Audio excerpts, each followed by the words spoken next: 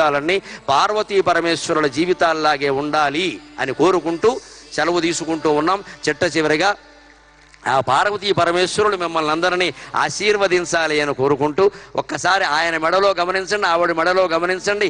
ఏ సంసారము పట్టు చీర కొసతో ఏనుగుతో గెలిపెనో. ఈవిడది పట్టు చీర, ఆయనది ఏనుగుతోలు, 2 వేయడం ఎలా సాధ్యమండి? ఇవాళ యువతరం అంటూ ఉంటారు, మాకు ఎమోషన్స్ కలిసాయని పెళ్లి చేసుకున్నాం. పిచ్చి మాట, ఎమోషన్స్ కలిస్తే పెళ్లి చేసుకోకూడదు, కొంపలు అంటుకుంటాయి. వీరి ఎమోషన్ వేరు, వారి ఎమోషన్ వేరుగా ఉండాలి. వీరు సంపాదించేవారైతే వారు కొంచెం ఖర్చు పెట్టేవారు, వీరు ఖర్చు పెట్టేవారు వారు పొదుపు చేసేవారు ఉండాలి. వీరు కొంచెం కోపిస్తే అయితే వారు కొంచెం శాంతంగా ఉండాలి. వీరు కొంచెం భయపడితే వారు కొంచెం ధైర్యంగా, ఇద్దరూ భయపడితే అవతలకు పోవాలి, చేసేదే ఉంది. శివుడు పార్వతికి ఏదీ కలవలా మీరు గమనించండి. ఏ సంసారము పట్టు చీర కొసతో ఏనుగుతో గల్పెనో, ఏ సంసారము కోడెనాగులిడెనో హీరాంక హారాలుగా. ఈవిడేమో పట్టు చీర ధరించిందా, ఆయనేమో ఏనుగుతోలు కట్టుకున్నాడా?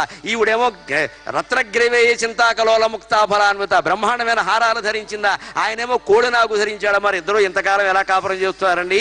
ఏ ఎమోషన్స్ కలిసాయండి వీరికి? ఏ ఆభరణాలు కలవలేదు, ఆయుధాలు కలవలేదు, అభిప్రాయాలు కలవలేదు, అయినా సంసారం బాగుందా లేదా? ఏ సంసారము పట్టు చీర కొసతో ఏనుగుతో గల్పెనో, ఏ సంసారము కోడెనాగులిడెనో హీరాంక హారాలుగా.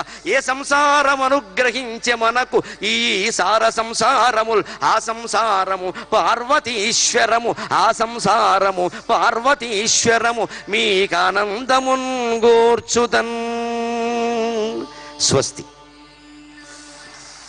ఈశ్వరార్చన సకల శుభదాయకమని, ఈశ్వరతత్వంలో ఔన్నత్యాన్ని ప్రతి ఒక్క దంపతులు చూడాలని చెప్పేసి అద్భుతంగా ప్రవచనామృతాన్ని అందించారు మహాసహస్రావధాని గరికపాటి నరసింహారావు గారు. వారికి కోటి దీపోత్సవ వేదిక ధన్యవాదాలు తెలియజేస్తోంది.